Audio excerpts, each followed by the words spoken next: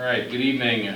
Welcome everyone to this work session of the Loveland School District Board of Education. Call this meeting to order at 6:01 p.m. And could we have a roll call, please? Reverend Eilert. Here. Mrs. Jernick. Here. Mrs. Mangan. Here. Dr. Swetchnow. Here. Mrs. Washburn. All right. We have an agenda before us for this work session, fairly short, but we need to approve that. Do we have a motion to approve our agenda as presented? So moved. And second. And can we have a roll call, please? Mrs. Jernick. Yes. Mrs. Mangan. Yes. Dr. Swetchnow. Yes. Reverend Eilert. Yes. Thank you. All right, and we have minutes in board docs from our last meeting. Do we have any additions or corrections to the minutes for the August 20th meeting? Nope. And we have a motion to approve minutes. So moved. Second. Roll call, please. Mrs. Mangan. Yes. Dr. Swetchnow. Yes. Reverend Eilert. Yes. Mrs. Jernick. Yes.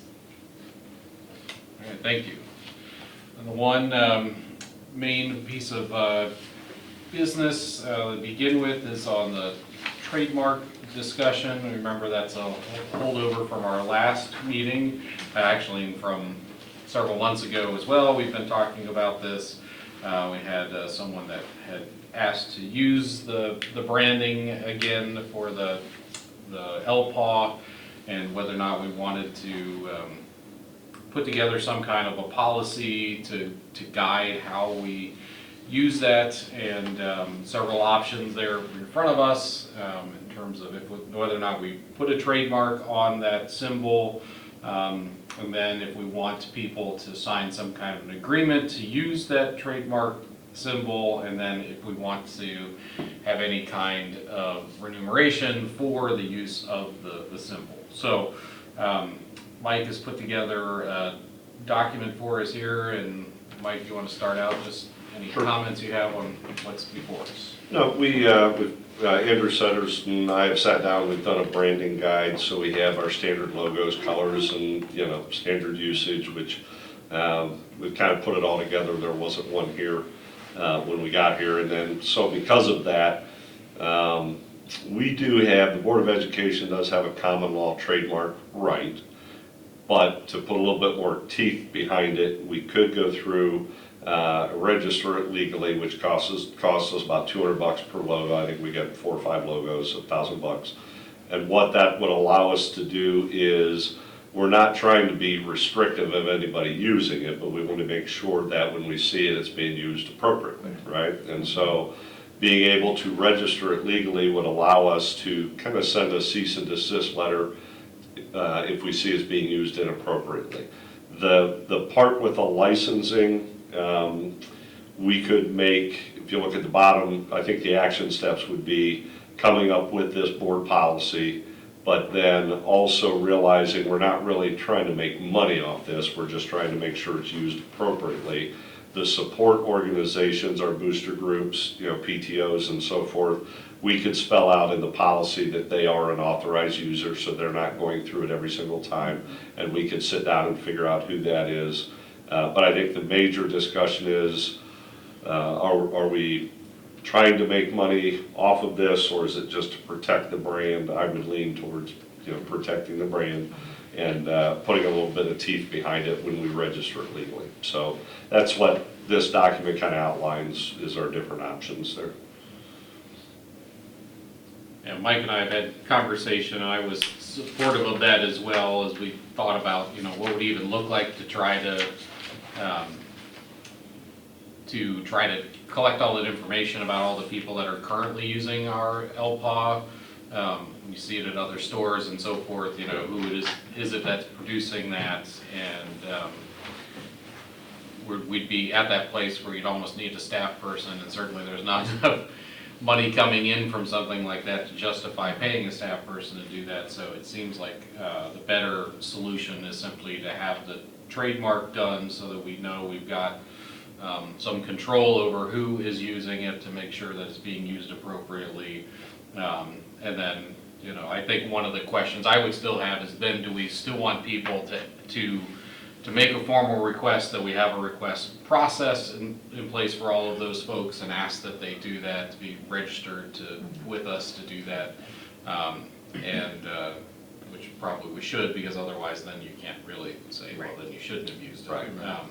So then we would just need to it would take a little legwork at that point to get that out to folks to make sure, hey, you're gonna be using this, we need to know, and we want you to sign an agreement with us that, stating how you plan to use it. Yeah, and that's where the authorized user, if we could be inclusive in the initial step to where you're not, we know which people are using the LPAW, what organizations are using it, making that inclusive.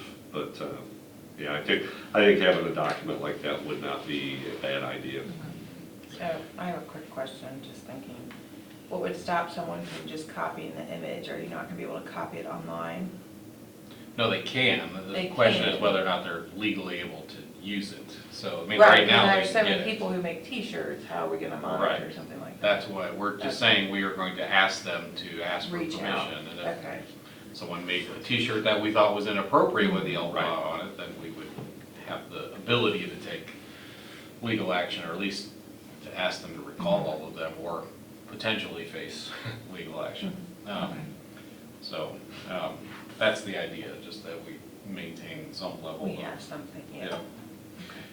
As I'm looking at what you've got here, the authorized users, the thing about nonprofits, certainly that makes sense to a certain degree, but even that is somewhat questionable. Just, I think we want just more of a blanket request and permission than saying any nonprofit, because there's a lot that falls underneath that category. And then we also obviously do have a number of for-profit places that are currently using the LPAW too, and I think we should ask them to, again, I don't know how much we're gonna be able to police that, but we should, I still think it's worthwhile to make the expectation be that they would seek permission in order to use it. I'm in agreement with that, to trademark it and then have the policy that they ask for approval. And I completely agree, and you guys, thanks for all the work that you guys did on it. I think that, to go back, what you already said, it's more to protect the brand than to make money. Right. So anything we do just to make sure that we have the ability to enforce it legally if we need to. Yeah. So I can draft up a sample policy of what that would look like, and go from there, and then start the steps towards registering it legally. And every step along the way, in my board update on Mondays, I'll let you know what that means. If it ends up being too cost prohibitive, I'll let you know, but I don't think it will be. $200 per logo. We don't have too many logos. Perfect. Great. All right, any other questions, comments about that? Then we don't have any action to take on that at this time. We'll take future action once a policy is drafted. So the next piece that we have, then we do have one piece of business that requires us to go into executive session, enter into executive session to discuss employment and compensation of a public employee pursuant to ORC section 121.22 G1. Do we have a motion to go into executive session? So moved. Second. All right, roll call please. Mrs. Jaranek, Yes. Reverend Eilert, Yes? Mrs. Mangan, Yes. Dr. Swetchenow. Yeah. All right. In at 6:10. All right, so executive session is beginning at 6:10, and we will, for those who are watching, come back following our executive session to conclude the meeting and have any potential actions that are coming out of executive session. Perfect. Great. You missed all the fun parts. I know.